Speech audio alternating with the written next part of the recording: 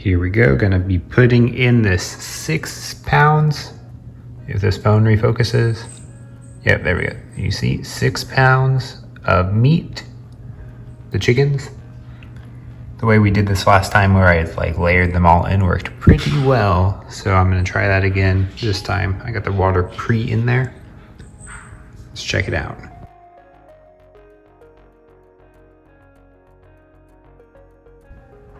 Layer number 1. Layer number 2 of the chicken pressure cooker lasagna. And layer 3. It's got the black pepper, garlic powder, paprika, and cayenne pepper. Breakfast of Champions. Organic Valley Smart Eggs. Turmeric, cayenne pepper, and black pepper. These eggs are way better than the Costco eggs, by the way. Highly recommend. 22 eggs later, we can get started. When Costco first got this Earthbound Farms organic broccoli for it things, they had it at like 3 pounds at least in a bag, and they were pretty cheap. But since then, they've reduced it to 2 pounds and made it more expensive. Not particularly happy. But they also always have like these big, thick things. You always gotta tear them up. So if you buy these, watch out for this. They're not like totally pre-done for you. I made a terrible mistake. 4 pounds of broccoli does not fit on one pan. Emergency actions will be taken. It seems like if you have 3 pounds of broccoli, you can probably get that on one pan. So I've got about 3 on one and about 1 on the other. I'm gonna drop this in the oven, 350 for probably 15-20 minutes. And that'll be part 1 of my vegetables for the week. Normally these get cut up, but I'm just not feeling that this time. And I think these are big enough I might be able to use them as a sausage bun. So we're gonna see how that goes this week. This poor guy, I was stabbing him so he wouldn't explode, and his end fell off. I feel bad for him. Poor sweet potato. These guys are the primary meat for me this week. There's 2.25 pounds per package. So I have 2 of them. There's only chicken, basil, and then some spices in it. So I don't know if I need to actually cook. I mean, they're fully cooked, but I still feel like they need to be boiled because there's some kind of weird goo on the outside of them. I don't know how to explain it. So I think boiling them will help with that. And then I'll just microwave them later. I'm kind of cheating this week. So we got these organic pot stickers, organic cauliflower rice from Costco last week or the week before. They were on sale and I was very happy. So this is gonna be one of me and the kids' second lunches. I'm also gonna throw, here's what it looks like, the cauliflower out of the bag. And I'm also gonna throw some leftover salad chicken in with the rice just so we have a little bit more meat. Gosh, I love asparagus. It kind of shocks me that kids don't eat it. They look like little trees. I really like them. And if we keep getting them on sale, we'll probably keep eating a lot of them. So these guys are gonna go into the vegetables for Chris's sausage vegetable lunch. And then I'm also gonna throw some of them in with a little bit of braised vegetables or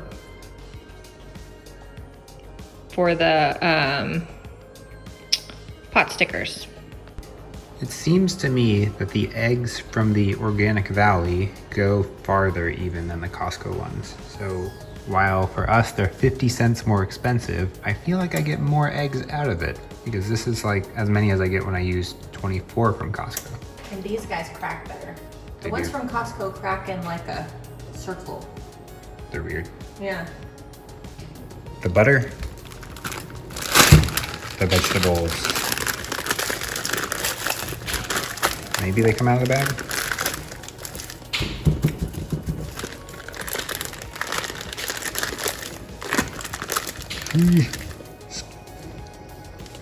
Nope, it's not working. The vegetables are stuck. Can you help?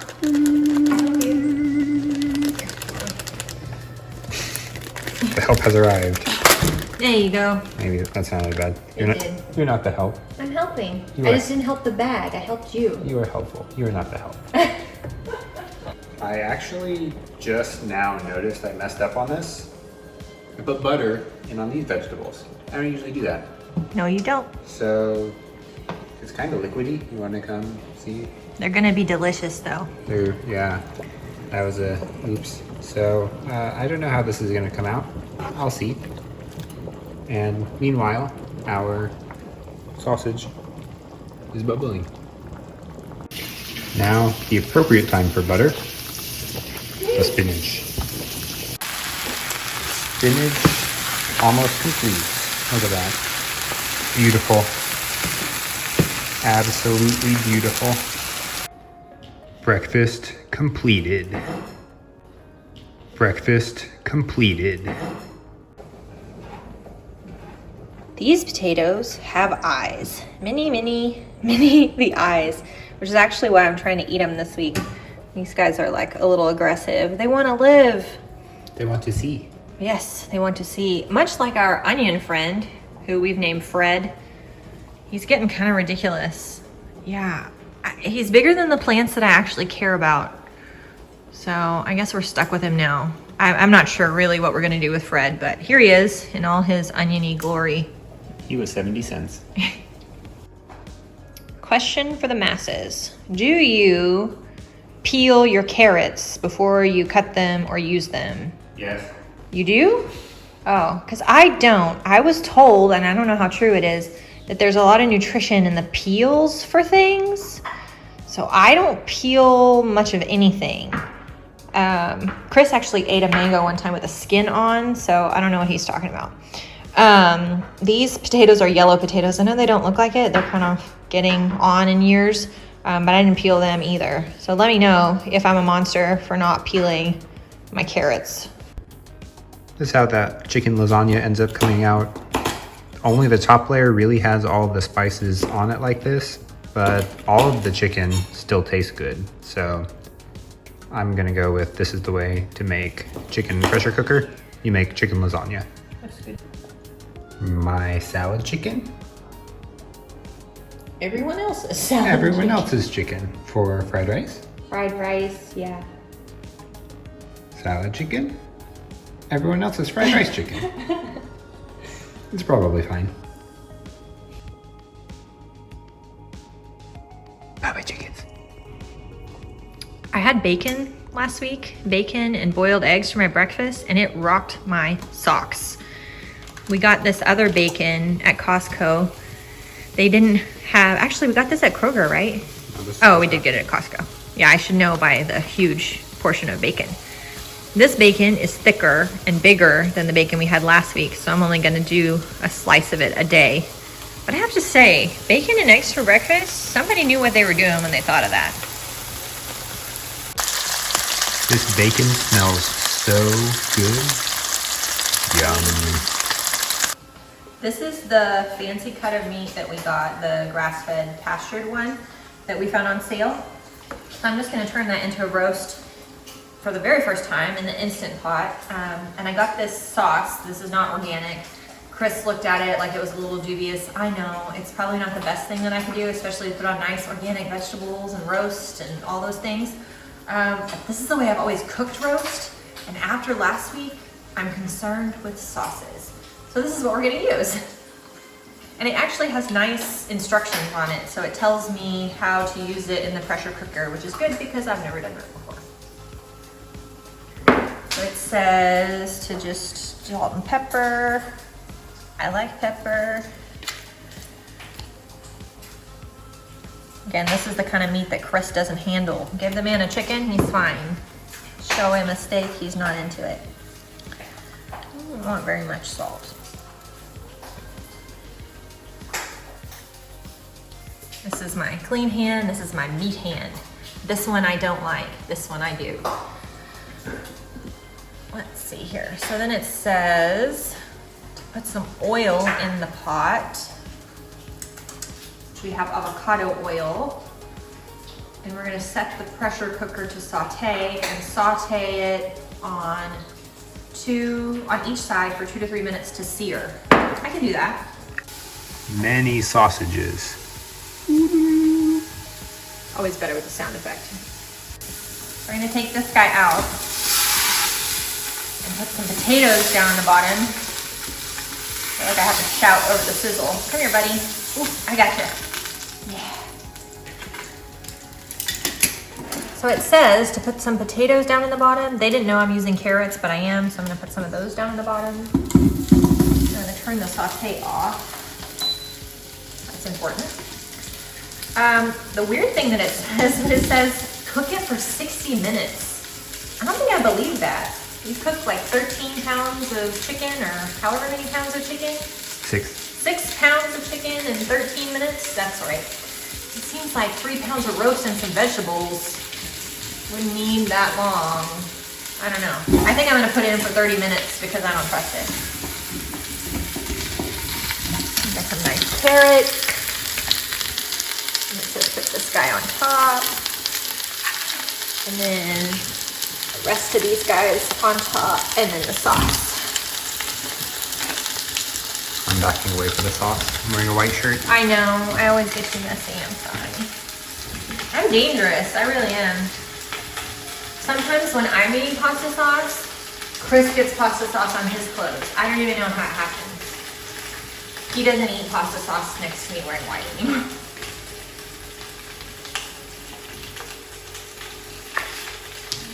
Onions and guys in there.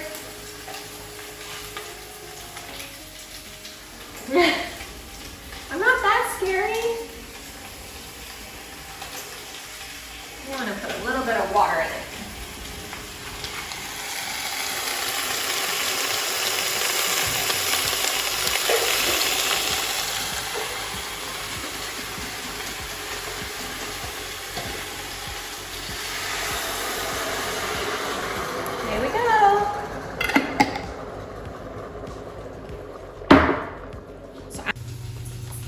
Here's the product of our roast experiment in the Instant Pot. I put it in for 30 minutes on pressure cook, and that seemed like it was plenty, even though the bottle called for 60 minutes. I've got a bunch of good vegetables in there. I'm gonna take this out and shred it up and then put it in with a little bit less juice for our lunches. Here's our little baby dumplings. They're so cute. We'll eat these on top of the chicken fried rice, and we'll do about 3 each a day. I really like these. Don't make the mistake though of putting them in your pan without oil. No matter how nonstick it may say that it is, they will stick. And you have little dumpling butts stuck to your pan, and you have to clean them out, and you'll be sad about it like I was. This is my home.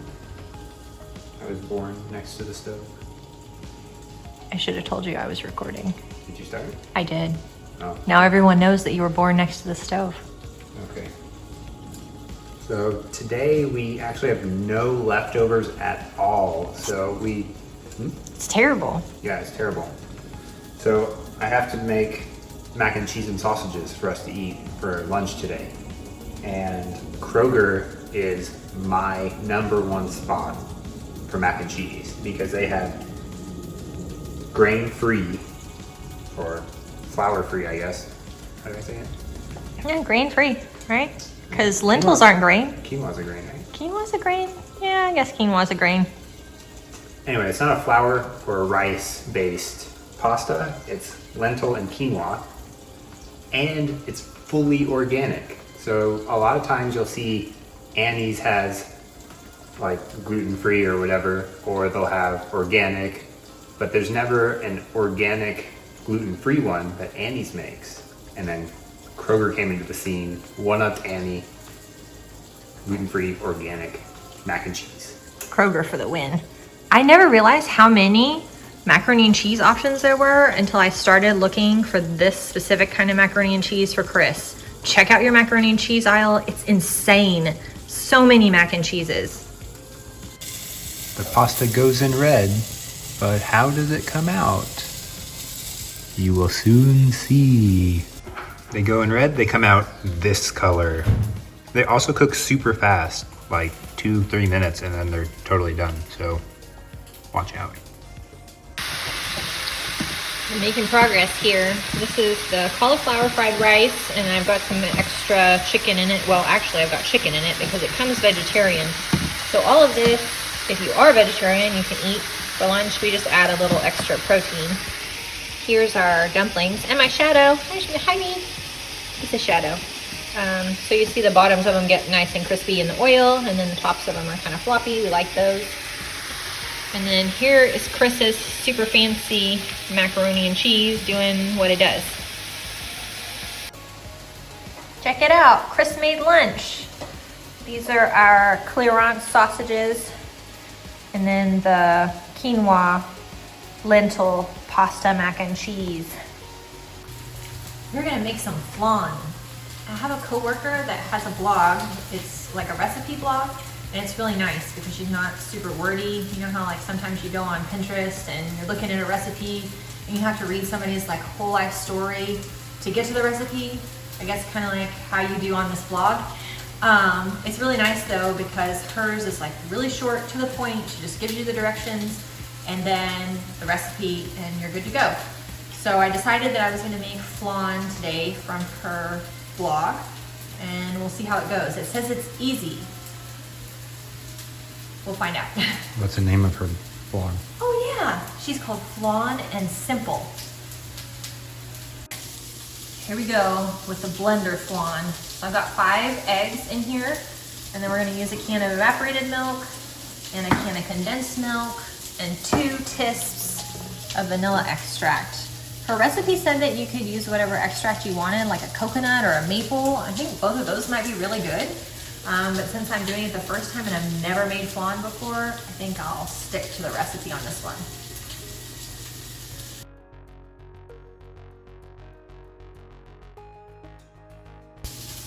Evaporated milk has a pop top. I was trying to open the whole thing and every once in a while I wonder how I live my life. Sometimes I'm not fully functional. So we got a whole can of evaporated milk. I think I'm probably gonna have to get a spatula to get this condensed milk out of here. Oh yeah, it's sticky. Ooh. Please don't make a mess, please don't make a mess, please don't make a mess. Just go into the flan. So this is the custard base.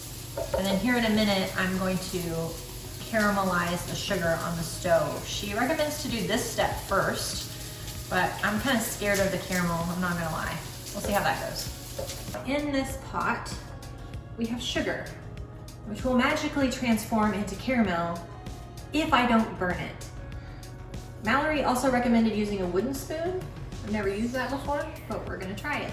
So we've got a cup of just plain old granulated sugar in here, and we've got it under medium heat because we don't want to scorch it. And we're very carefully, and very occasionally gonna move it around.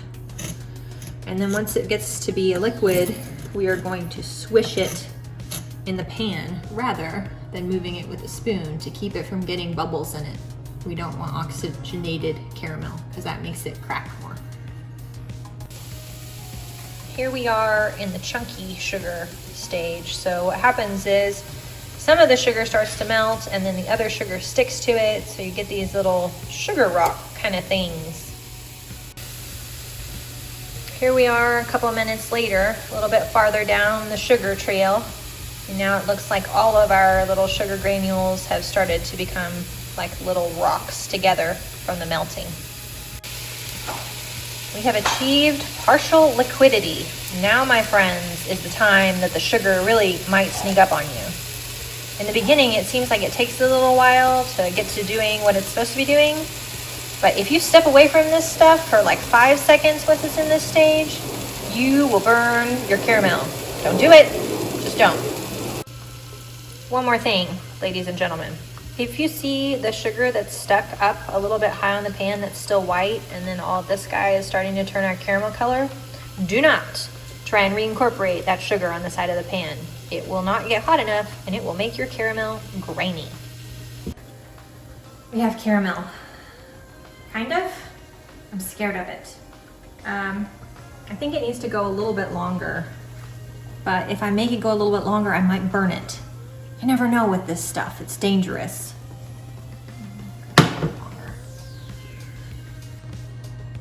We have achieved caramel coloring of the sugar. I hope this works. We're gonna attempt to pour it in the pan and coat the sides now. Into the pan. So Mallory advises that you not touch the caramel. And I think those are wise words. I have burned myself on sugar before, and let me tell you, it is not fun. Take your life into your own hands and burn your little digits right off. Okay, let's see if I can do this. So it says swirl it. Ooh, it's scary. Like little molten lava sugar stuff. I do a swirling. I do a coating. Oh, I'm so scared of this food. We might not get the swirl that Mallory. Hello? Come on. Let's go, buddy. All right, well, I don't think she's gonna be proud of me for this. Come on. It's laughing at me. You can do it. It's going. It's going. It's gonna work. Part of it. It's gonna work. Maybe not all of it, but we're making progress. Come on. Come on. Come on. Come on. Come on. Come on. Come on. Come on. Tricky, tricky sugar. It's like an exercise. It's a shake weight. Shake weight. But caramel in a pan. I don't know why I thought this was going to be easier. There's something wrong with me.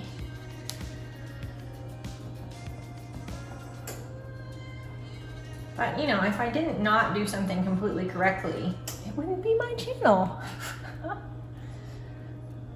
Okay, I think that's about as good as it's gonna go. So we're gonna take that guy. We're gonna pulse this a couple times just because I haven't blended it in a minute.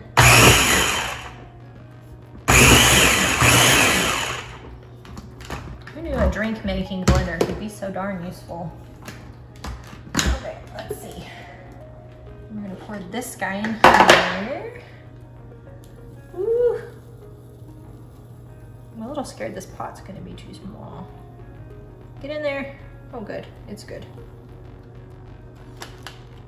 And then I've got a water bath waiting for it in the oven that I'm gonna put it on top of. We didn't have a pan big enough to put this in for the water bath, so we just put it over it. I don't know if that's gonna work, but we tightly wrapped it in foil, and now it's gonna go in the oven for about an hour. Here we go with another recipe. We're gonna make a whole lot of banana bread. I got these bananas 10 cents a bunch at Natural Grocers, so of course that means banana bread. Got the butter and the sugar cream together. I'm gonna do the eggs and then the bananas. The really nice thing about making banana bread with overripe bananas, besides the fact that it's super sweet and delicious, is that you don't have to cut the bananas up. You just put them in the mixer and they get squished up because they're already squishy. This recipe did not call for nuts, but I like them, so I'm gonna say that it did. These are walnuts, it's about a cup of them, and I just roughly chopped them. Here we have the baking soda, the baking powder, the cinnamon, and the vanilla added in. I'm really not a huge fan of cinnamon, so I use a lot less than what they called for, but I always use a lot more vanilla, so I guess that kind of works out. I'm tripling this recipe, so I'm really hoping that once I get the flour in, which is the next step, that I don't have to get another bowl.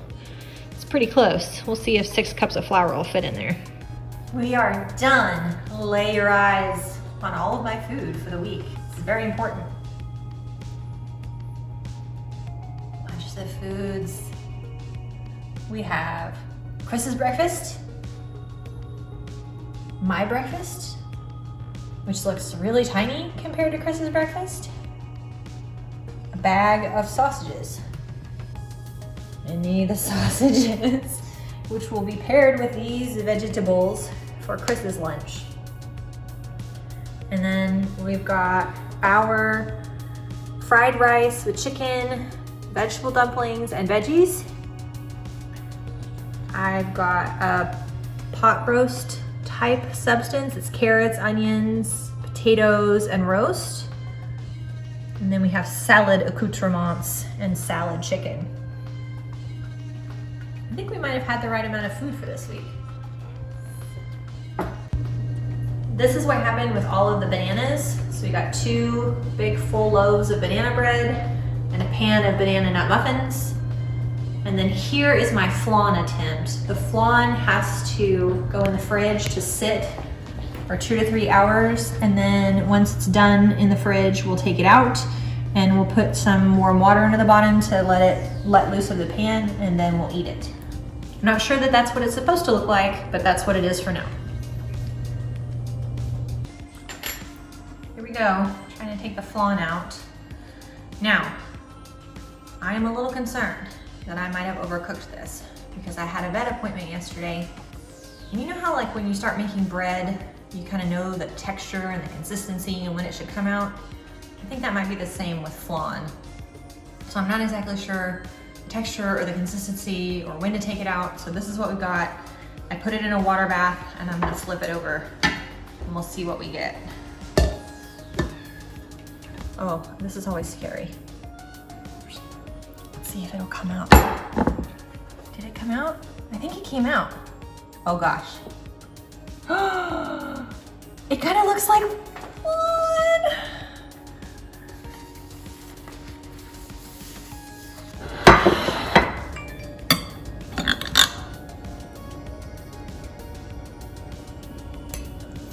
Yeah. That's nice. I have no idea what this is. What's he doing? Oh, you're watching me eat the flan. How is it? I think it could have used being cooked slightly less, but it tastes amazing. Like the texture's a little bit too done, but I'm gonna do this again. This is nice. Shout out her channel or her Oh, yeah. vlog and where to get it. Go Mallory at Flan and Simple. She rocks my socks.